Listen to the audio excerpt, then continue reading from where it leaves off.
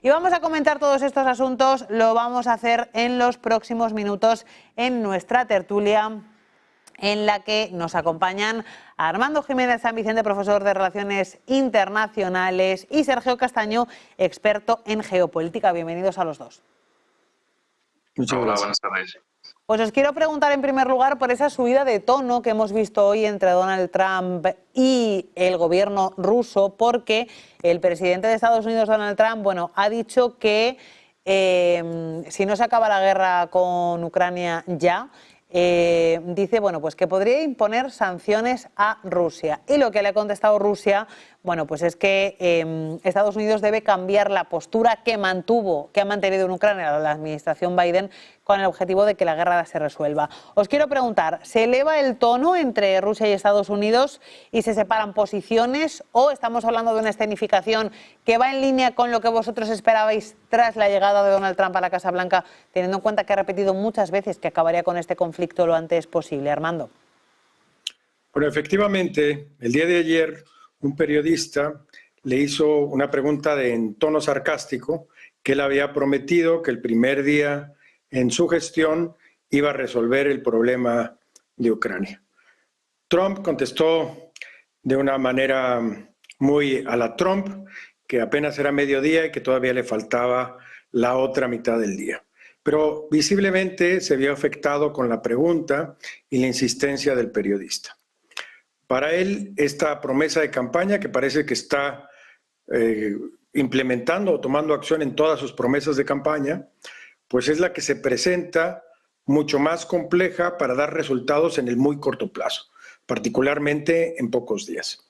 Y es por ello, yo creo que ha elevado el tono de la demanda por la presión que siente ante la ciudadanía americana de cumplir esas promesas ofrecidas durante la campaña.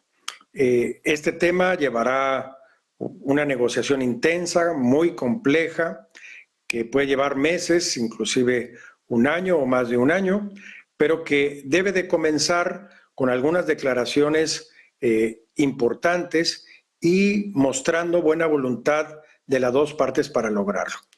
Estas declaraciones que suben el tono en la relación van a ser algo del día a día muy común, y Rusia creo que está dejando claro que está dispuesto a negociar un alto al fuego en primera instancia y luego una solución acordada entre las naciones sin cederse territorio. Esa es una línea roja que ha dejado muy clara, pero que debe de ser bajo otras condiciones y otro ambiente al que vivió durante la administración del presidente Biden.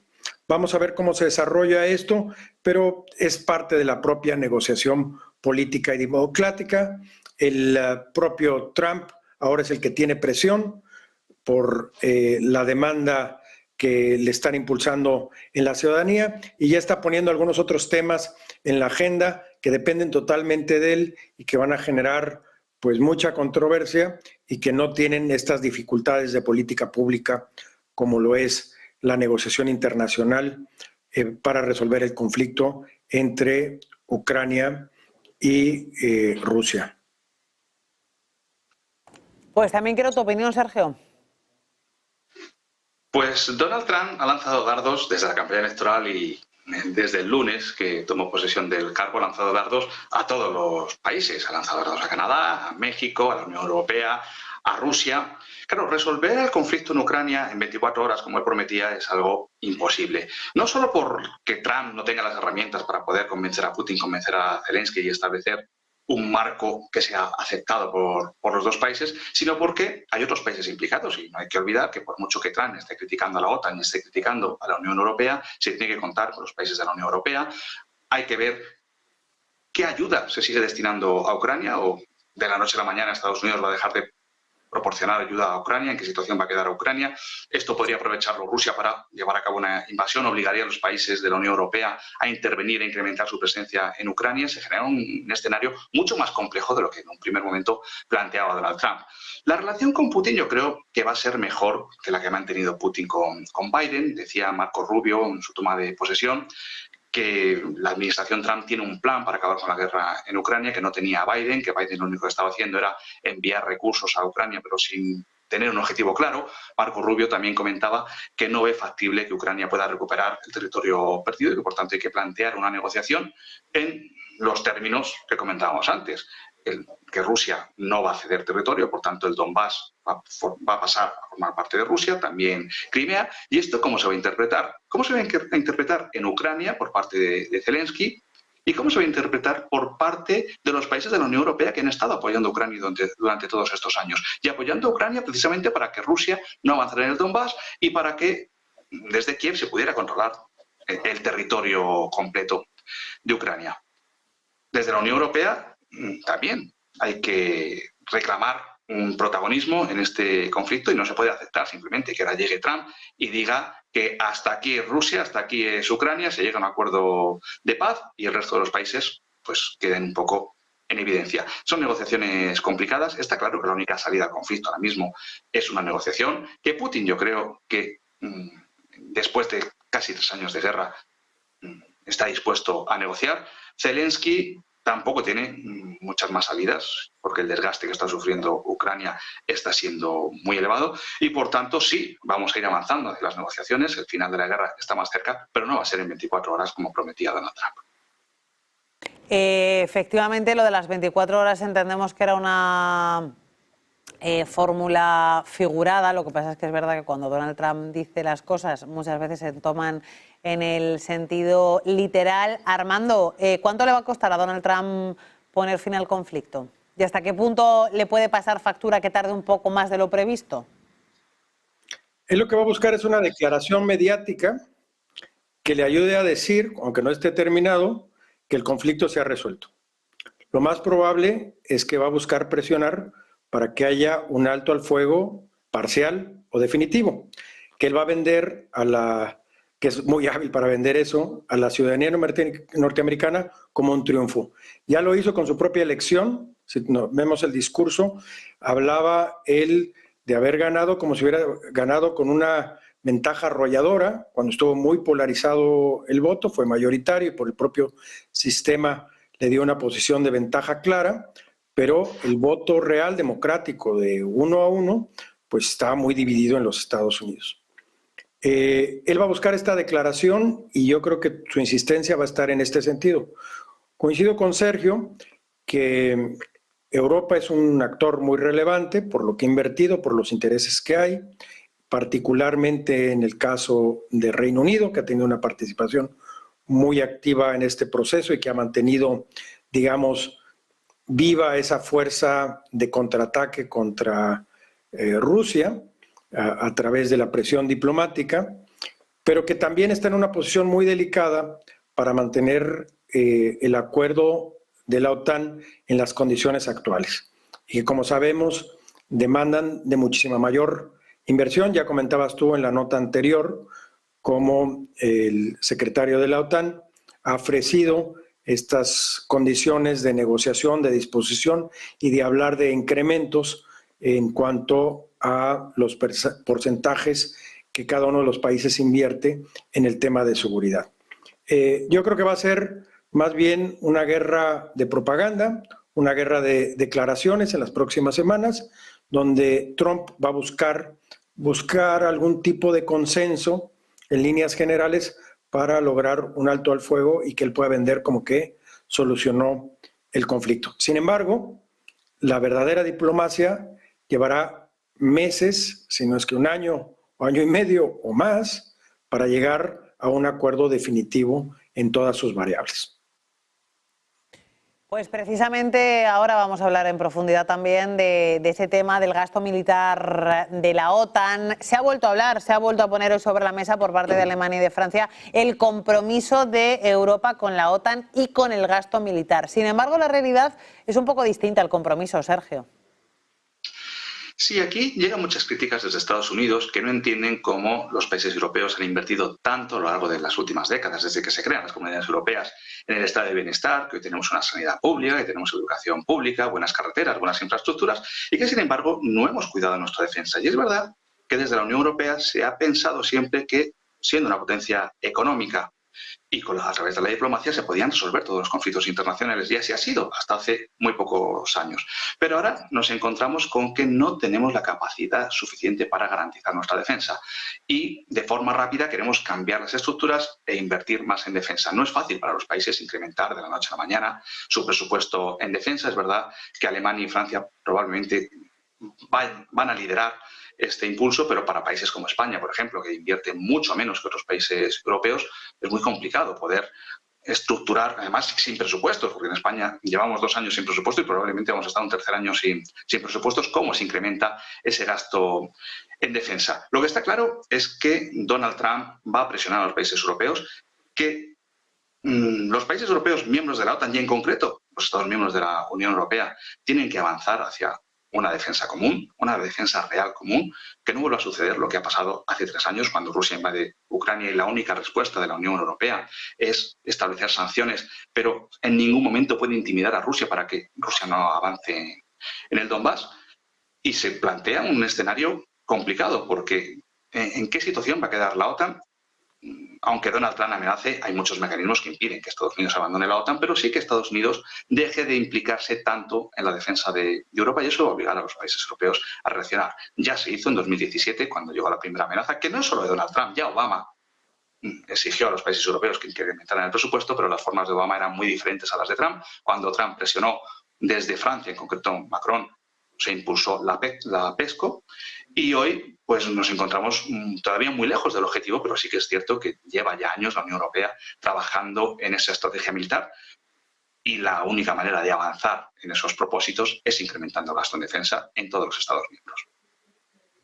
Afirmabas con la cabeza, Armando, así que te doy el turno de palabra, y además añado otro elemento que tiene que ver con lo que ha dicho Sergio, de ese avance hacia una defensa común por parte de Europa, porque también hemos sabido que Donald Trump estaría dispuesto a reducir el número de tropas estadounidenses en Europa precisamente, y tiene la intención de que el gasto militar de esas tropas estadounidenses desplegadas en Europa se comparta también. Estamos viendo una redefinición de la geopolítica internacional de parte de los Estados Unidos. El foreign policy de Estados Unidos, que había sido relativamente claro en los últimos 20 y tantos años, después del 9/11, en el 2001, está cambiando, y está cambiando radicalmente. Primero tenemos que entender que todas estas declaraciones sobre México, Canadá, el Golfo de México, pasarlo al Golfo de América, Panamá, es una nueva doctrina Monroe, pero ahora dirigida hacia China, decir, esta es mi área de influencia, esta área es intocable, todo el hemisferio oeste, como le llaman ellos, el Western Hemisphere, es zona americana. Y todo lo demás son prioridades secundarias, inclusive llevando este argumento hasta los que han sido sus aliados estratégicos después de la Segunda Guerra Mundial, y que son en la OTAN los garantes de la seguridad o de la paz internacional, en el cual mantiene esta relación estrecha, pero les demanda una mayor participación económica. Por otro lado, tiene razón Sergio, en este deseo de la prosperidad interna en Europa, que no es igual al modelo americano neoliberal, se había descuidado el gasto en inversión total, inversión pública, en defensa, que ha venido cubriendo Estados Unidos a través de la OTAN con más del 70% del gasto total de las operaciones, entre ellas en las numerosas puntos militares con los que cuenta Estados Unidos en la región. Donald Trump es un negociador puro, quiere más recursos, quiere que se gaste más en armamento, porque el 83% de los proveedores de armamento internacional que no pertenecen al eje o al grupo con el que obviamente está peleado a muerte Estados Unidos, pues se venden con armamento americano, después armamento francés o británico y por último alemán. O sea que es un negocio continuo de hacerlos gastar más en Europa para que consuman más productos militares producidos en los Estados Unidos. Sergio, ¿algo que añadir o voy con el último tema? Vamos con el último tema. Pues nada, el último tema es que estamos pendientes porque hay rumores acerca de que va a ser hoy, va a ser en los próximos minutos, cuando se podrían conocer los archivos clasificados sobre la muerte de Kennedy. El presidente número 35 de Estados Unidos fue asesinado en 1963. Donald Trump lo prometió también en campaña, pero no sabía cuándo iba a suceder. Os quiero preguntar por la importancia de esta desclasificación de un acontecimiento que ha marcado la historia de Estados Unidos y que supone bueno, pues algo tremendamente importante, Sergio. Sí, un asesinato de un presidente de los Estados Unidos siempre genera muchas incógnitas, y en el caso del asesinato de Kennedy, pues hay mucho por resolver, y que se vaya desclasificando la información pues nos permitirá saber realmente qué hubo detrás de este asesinato. Suele pasar con frecuencia cuando hay asesinatos de grandes personalidades que la información queda clasificada y nunca sabemos realmente lo que ha pasado. El ataque contra Donald Trump este verano, que afortunadamente no acabó con su vida, pero no hemos vuelto a tener información de quién estaba detrás de ese pistolero que lanzó un disparo contra Donald Trump.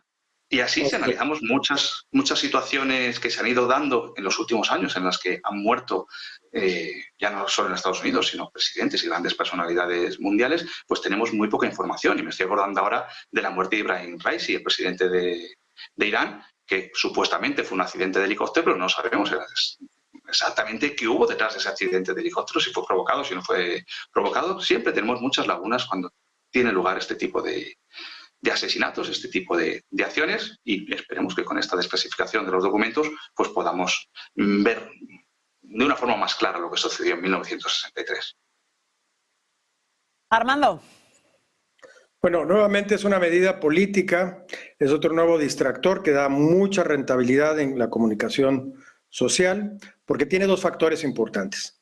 El primero es por el propio atentado que sufrió Donald Trump, y volver a retomar este tema, lo vuelve a martirizar, lo pone en el centro de atención, lo hace nuevamente un héroe, el héroe que sí sobrevive, el héroe que quiere hacer el cambio, el altísimo costo, que sí lo tiene, sin lugar a dudas, de llegar a la primera magistratura de los Estados Unidos, y obviamente las amenazas reales que existen contra el presidente de los Estados Unidos.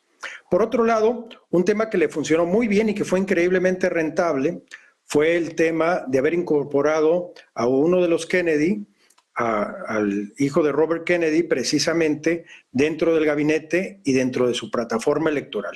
Alguien que con él comparte algunas ideas, sobre todo en el tema de salud, muy cuestionadas, sobre el uso de vacunas, etcétera, y que tuvo una rentabilidad política altísima. Fue tal vez el activo más importante que se incorporó, siendo de otro partido, a su campaña.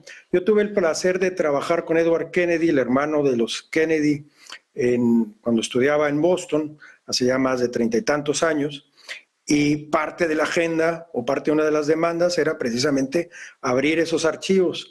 Se volvió a retomar el tema con Clinton en ese tiempo, luego nuevamente con Obama, y no había sucedido que estuviera tanto en la agenda para un presidente republicano. Aquí hay un beneficio muy específico para Donald Trump si se empieza a hablar, a discutir, a analizar, si se hace visible ante el pueblo americano la gran responsabilidad que tienen los presidentes americanos y a los altos riesgos a que se exponen. Entonces yo creo que es también una estrategia de comunicación política que le va a dar mucha rentabilidad a Donald Trump. Pues así vamos a despedir esta tertulia. Sergio Castaño, Armando Jiménez San Vicente, gracias a los dos por acompañarnos esta noche. Muchísimas gracias.